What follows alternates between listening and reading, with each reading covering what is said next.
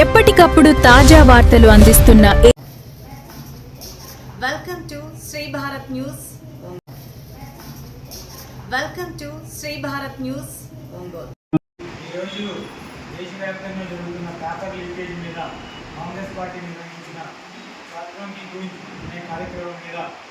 ఈరోజు చిలకలూరుపేటలో పోస్టర్ ఆవిష్కరణ చేయడానికి ఆంధ్రప్రదేశ్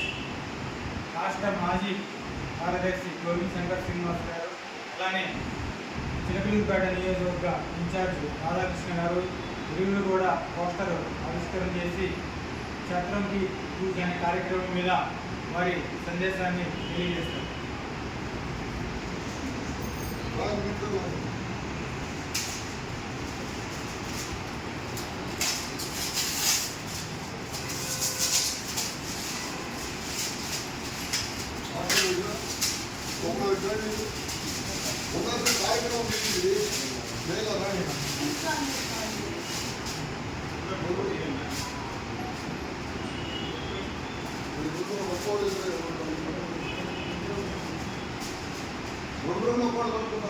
ఓకే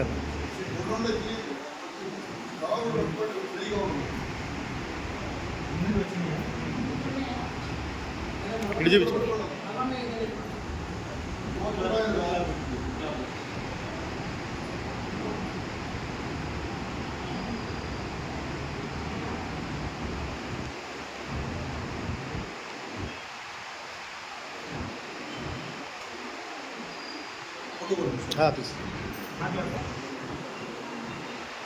భారతదేశంలో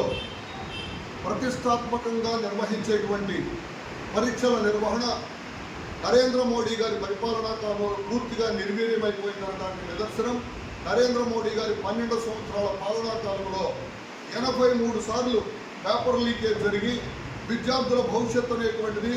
యువకుల భవిష్యత్తు అనేటువంటిది అంధకారమయంగా మారుతున్నటువంటి దానికి నిరసనగా మన ప్రీతమ నాయకులు రాహుల్ గాంధీ గారి నాయకత్వంలో దేశవ్యాప్తంగా ఛాత్రోంకి గూంజ్ అంటే విద్యార్థులు యువకుల యొక్క గళం అనేటువంటి కార్యక్రమాన్ని తీసుకొని వీధి వాడ ప్రతి యూనివర్సిటీలోనూ ప్రతి కళాశాలలో కూడా మన యువజన కాంగ్రెస్ విద్యార్థి కాంగ్రెస్ ఆధ్వర్యంలో కార్యక్రమాలు చేయడం జరుగుతుంది. దానిలో భాగంగా పల్నాడు జిల్లా యువజన కాంగ్రెస్ ఉపాధ్యక్షుడు ఇంటూరి భవానీ వెంకటేష్, పల్నాడు జిల్లా యువజన కాంగ్రెస్ ప్రధాన కార్యదర్శి గోవింద్ ప్రభాకర్, చిలకలూరుపేట నియోజకవర్గ యువజన కాంగ్రెస్ అధ్యక్షులు కారుచోల స్వప్నకుమార్, పట్టణ యువజన కాంగ్రెస్ అధ్యక్షుడు ఫరూక్ పాషా, చిలకలూరుపేట రూరల్ మండల యువజన కాంగ్రెస్ అధ్యక్షుడు ఇస్మాయిల్, నాదెండ్ల మండల యువజన కాంగ్రెస్ అధ్యక్షుడు కొరివి రవితేజ తదితరులందరి సంపూర్ణ సహాయ సహకారాలతో చిలకలూరుపేట నియోజకవర్గంలో కూడా వీళ్ళంతా వివిధ కళాశాలలకు వెళ్ళి అక్కడున్న విద్యార్థులకు జరుగుతున్న విషయాల మొత్తాన్ని కూడా వివరించి విద్యార్థి యువజన లోకానికి భారతీయ జనతా పార్టీ నరేంద్ర మోడీ గారి నాయకత్వంలో చేస్తున్నటువంటి అన్యాయాన్ని నిలదీసి ప్రశ్నించేటువంటి కార్యక్రమాన్ని జయప్రదం చేయవలసిందిగా చిలకలూరుపేట నియోజకవర్గంలో ఉన్నటువంటి ప్రజాస్వామ్యవాదులు, లౌకికవాదులు,